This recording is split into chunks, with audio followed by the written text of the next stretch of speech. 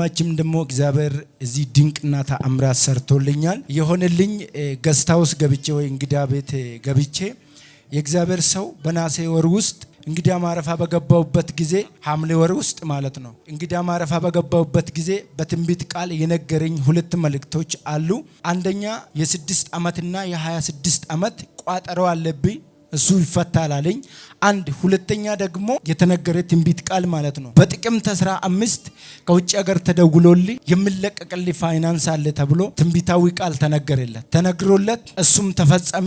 ያ የ26 ዓመትና የ6 ዓመትም ቋጠሮ ነገሮቹ ተስተካክሎ መስመር ይዞ አሉ ያለ ነው። ከሱ አፍ እንሰማለን። እና እኔ ያው ሐምሌ ወር ውስጥ ነበር ገስታውስ የገባሁት። ገስታውስ እንደገባው እግዚአብሔር ሰው ልክ እኔ እንዳየኝ ብዙ መልእክት ነው እኔን ቋጠሮ ያዙትን እኔን በረከት ያዙትን ግለሰቦች ሁሉ እግዚአብሔር ሰው ነግሮኛል። አሁን ማናገር አልችልም፣ እነሱ ያውቃሉ። እንግዲህ ከዛ በኋላ ምን አለ እግዚአብሔር ሰው ያንተ ነገር የሚፈታው ልክ ጥቅምት 15 ቀን ያንተ በረከት ይለቀቃል። ያንተ በረከት ሲለቀቅ ከውጭ ሀገር የሆነ ሴት ልጅ ብር ትልክላለች። ያ ብር ልክ ከተላከል በኋላ ያንተ ነገር ሁሉ ይፈታል አለኝ። በተባለው ቀን ያ ብር አካውንቴ ላይ ገባ። ዋው! ጩኸት ካለ ለኢየሱስ።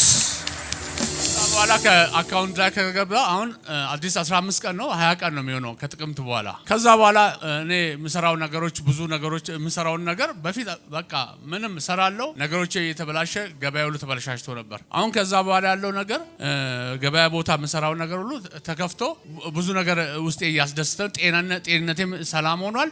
እና እግዚአብሔር ሰው ብዙ ነገር ነበር የተባለው ነገር ከዚህ በፊትም በግፍ መሬት ሁሉ ተወስዶብኛል። እሱ ሁሉ ለእግዚአብሔር ሰው አልነገርኩም። እኔ ያን ቀን ነው የእግዚአብሔርን ሰው ያዩት። ያ መሬት ሁሉ እንደሚመለስልኝ በግፍ እንደተወሰደብኝ ነገረኝ። እና ብዙ ጭንገፋ ነገሮች ላይላ እንደሆነ ነገረኝ። እኔ ነገርኩት ነገር የለም ለእግዚአብሔር ሰው። እሱ ይሄን ነገሩን ነገረኝ። እግዚአብሔር ደግሞ ለአንድ ሰው ለሰው መልእክት ምልኮ እግዚአብሔር መገፋት አለ።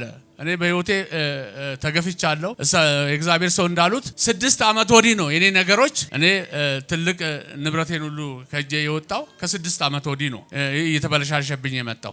እግዚአብሔር ሰው እንዳሉኝ ግን ያው መገፋት አለ፣ ብዙ ነገር ማጣት አለ። ግን ትልቁ ነገር እግዚአብሔር ምንድነው የሰውን እንባና ሐዘን ይሰማል። ግን በራሱ ጊዜ በቀኑ እግዚአብሔር ሁሉን ነገር ይለቃል። ስለዚህ እግዚአብሔር በጥቅምት 15 ቀን እግዚአብሔር ሰው እንዳለኝ የኔ ነገር አሁን ተከፍቷል። ካሁን በኋላ ዘጋው የለም። እግዚአብሔር አለኝ ነገር ሁሉ ይፈጸማል።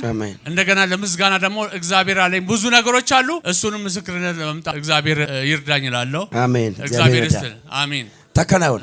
አሜን። ሙሉ በሙሉ ተፈጽሞ ትመጣለህ። ክብር ይሁን ለኢየሱስ። እናመሰግናለን። እግዚአብሔር ልጅ አዳኝ አምላክ ምታከናውን አንተ ነህ። አሜን አሜን።